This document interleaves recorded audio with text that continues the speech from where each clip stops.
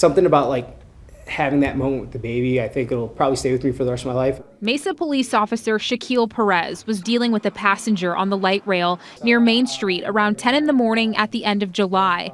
But that call quickly turned into one that would change his life.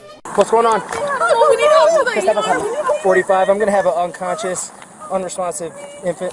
But it was the first time in my entire life that I've had to kind of respond like this to an infant. His body cam footage shows a mother running toward him, carrying her baby who wasn't breathing. I tried to do whatever I could to help, whether it was like a slight sternum rub, turn him over to the back, started giving him pats. Officer Perez says what happened next seemed to be a miracle. Retired paramedic came up, letting me know that he was, retired EMT. He took over, grabbed the baby, put him in the backseat of my squad car underneath some AC.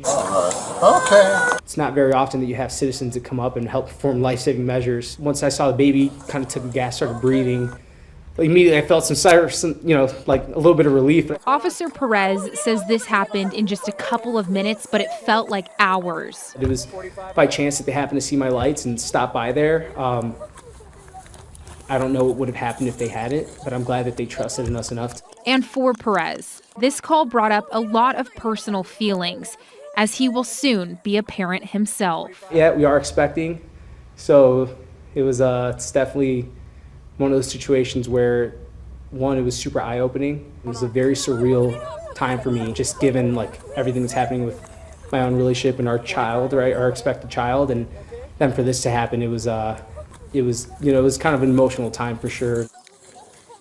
Now, Officer Perez says the mother made the right call by pulling over. He said he knew he would be able to use his resources to get the baby help a lot faster than if the family just drove to the ER.